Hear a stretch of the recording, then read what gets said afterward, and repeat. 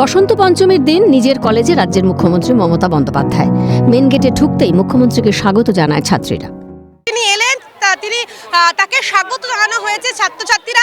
মুখ্যমন্ত্রী মমতা বন্দ্যোপাধ্যায় তিনি আজকে এলেন, প্রত্যেক বছর তিনি আসেন। এই দিনটা আগ্রহ তো রয়েছে এবং অপেক্ষায় কতটা ছিলেন এবং কেমন লাগলো আজকে? ভালো, দিদির কাজ পাওয়া তো সবসময় মানে প্রতিদিন নতুন করে পাওয়া, দিদিকে পাওয়া সবসময়ের জন্য ভালো লাগে। এবং এটা মমতা ব্যানার্জির কলেজ, পুরনো কলেজ। মমতা ব্যানার্জি যোগমায়া দেবীর ছাত্রী ছিলেন। উনি প্রতি 3টে কলেজেই আসেন প্রতি বছর, সরস্বতী পুজোর দিন বিশেষ করে।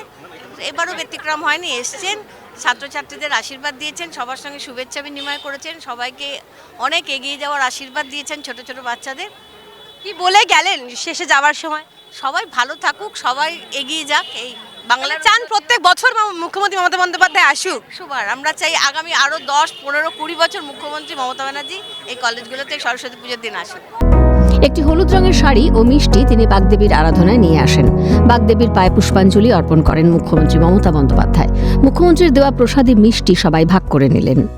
কিন্তু আজকে তো মুখ্যমন্ত্রী মমতা বন্দ্যোপাধ্যায় তিনি মুখ্যমন্ত্রী হয়ে এসেছেন, কিন্তু তার পাশাপাশি প্রাক্তন ছাত্রী, এই যে একটা অনুভূতি, এটা কেমন লাগছে? এবং যেটা তিনি দিয়ে গেলেন চাকুরকে, সেটা সকলকে মিলে খাচ্ছেন আজকের এই মিষ্টিটা, কেমন লাগছে?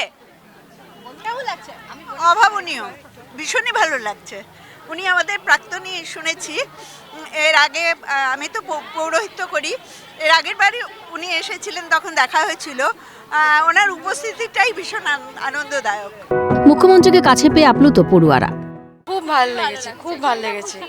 উনি যে এসছে আমাদের লেটারটাকে অ্যাপ্রিসিয়েট করে এসছে, যে আমাদের জন্য এক্স স্টুডেন্ট, এক তো আমরা গর্বিত উনি আমাদের কলেজের এক্স স্টুডেন্ট, তারপর এটা অ্যাটেন্ড করেছে, এটা সব মানে গর্ব মনে হয়। প্রচুর গর্ব হচ্ছে। শুধুমাত্র মুখ্যমন্ত্রী মমতা বন্দ্যোপাধ্যায় নয়, প্রাক্তন ছাত্রী হিসেবে সকলে গ্রহণ করেছে।